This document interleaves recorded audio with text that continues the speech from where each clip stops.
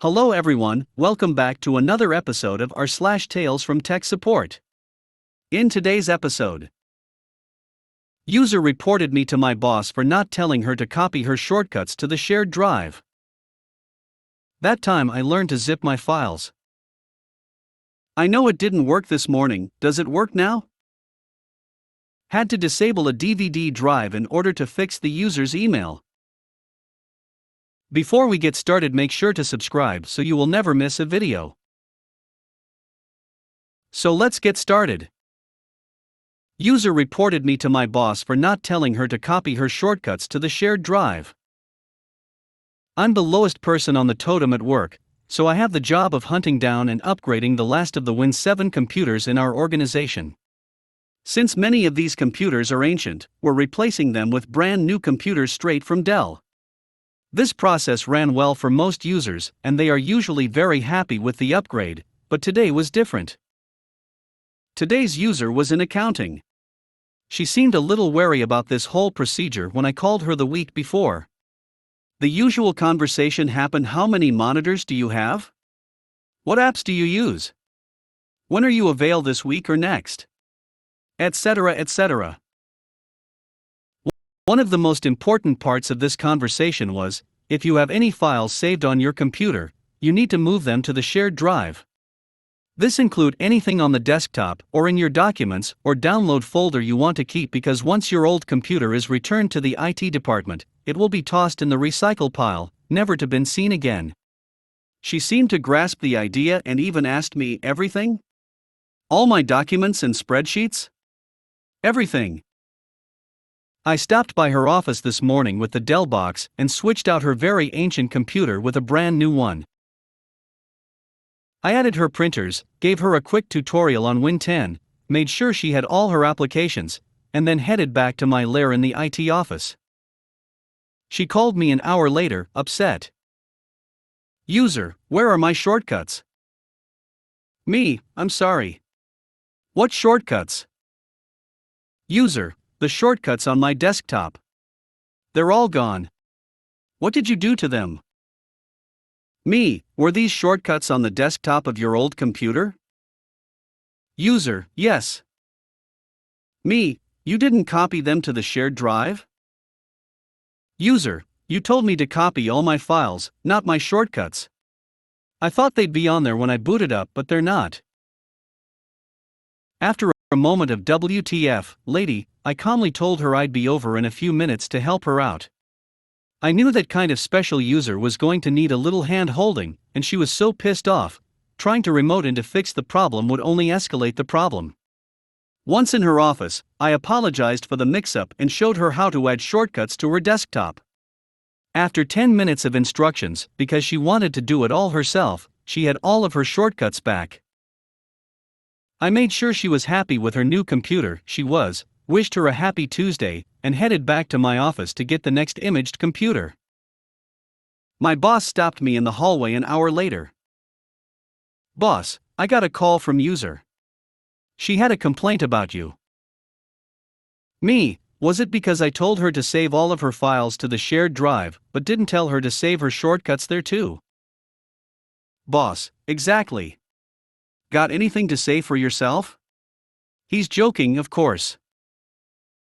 Me, I'm a bad system admin and should be locked in my quiet cubicle to never deal with desktop support ever again? Boss, like that's ever going to happen. I'm the only system admin that has customer service background, so I know how to deal with the grumpiest of users. Me, I learned my lesson.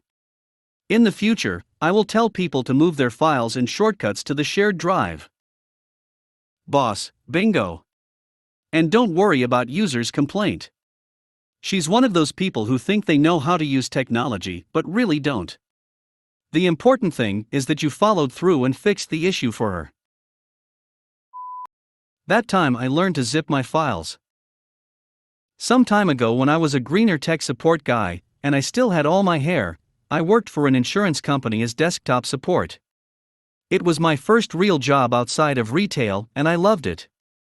I got paid more than working in retail, think something like Walmart. People I worked with were professionals. There was so much to learn in tech support, and I was taken seriously.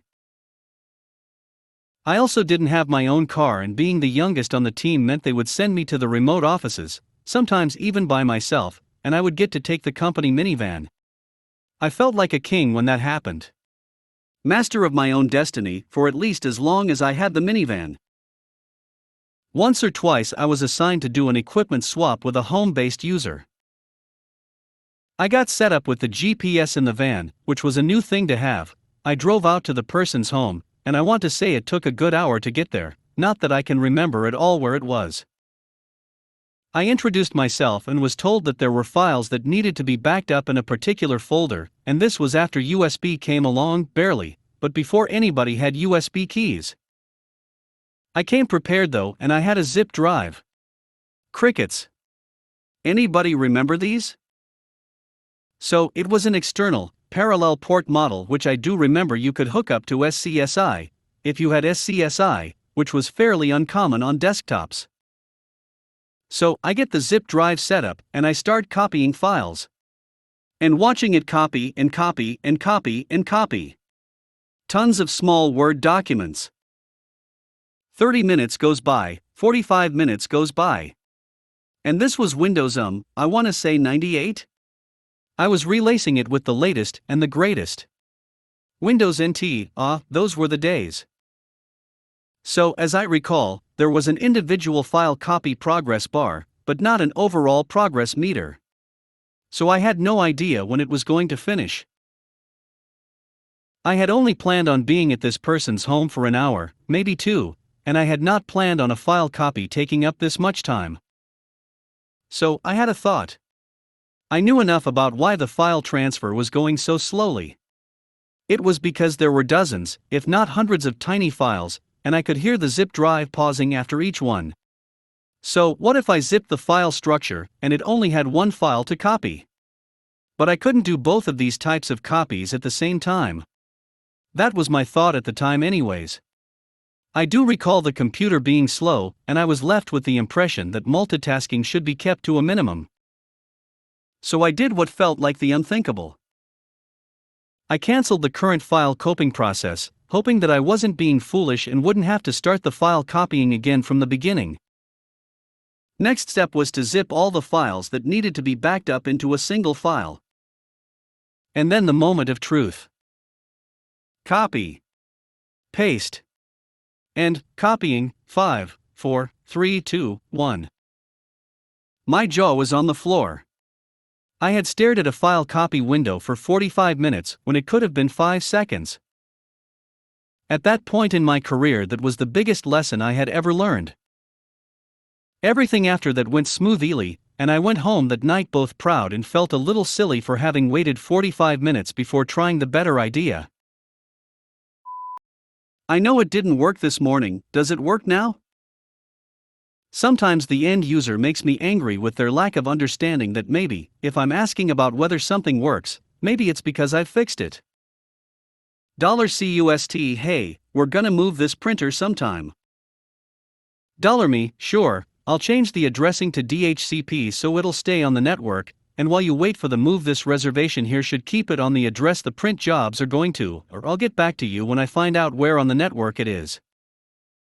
A week later, another ticket is opened. Another tech is asking me for any thoughts about this weird printer, not knowing I had an open ticket. I tell him to close his as a duplicate. I get the server team to handle the weird DHCP issue, and then when I see the printer is on the IP it should be, I call the customer again.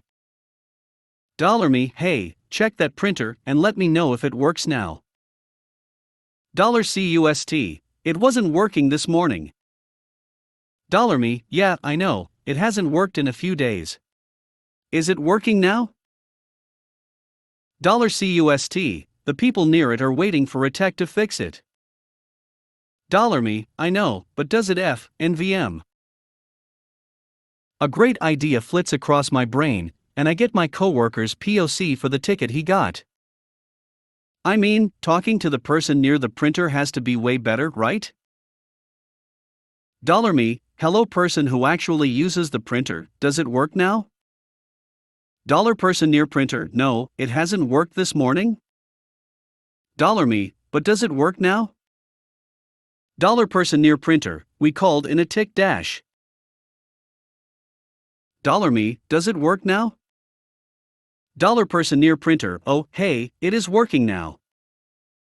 $me, thank you, bye. Had to disable a DVD drive in order to fix the user's email. File this under Weird Solutions to a problem. User calls and says she cannot get her email, webmail, no client. I chalk it up to a weird DNS issue, her being in the way cold Canada, and our email server being in the States. Tell her to reboot and see if she can get better internet somewhere. She does. It does not fix the problem. I confirm out email is up and working. Okay, time to take control of her machine. I'm able to remote in. So internet connectivity works. Can't go to our web server. Can't even go to Google. Other sites do work, Bing, Shutter. WTF. Run some anti-malware programs. Nope. Reboot, never trust the user. Nope. Look through programs and features. Huh. HP security program is installed on this? Let's get rid of that bloatware. Uninstall or errors out. Okay, now I really suspect that. Lookup error, resolution, disable DVD in device manager, then uninstall. WTF? Okay. I do that. Uninstall, re-enable DVD, reboot, again, and now she can get to our email server properly.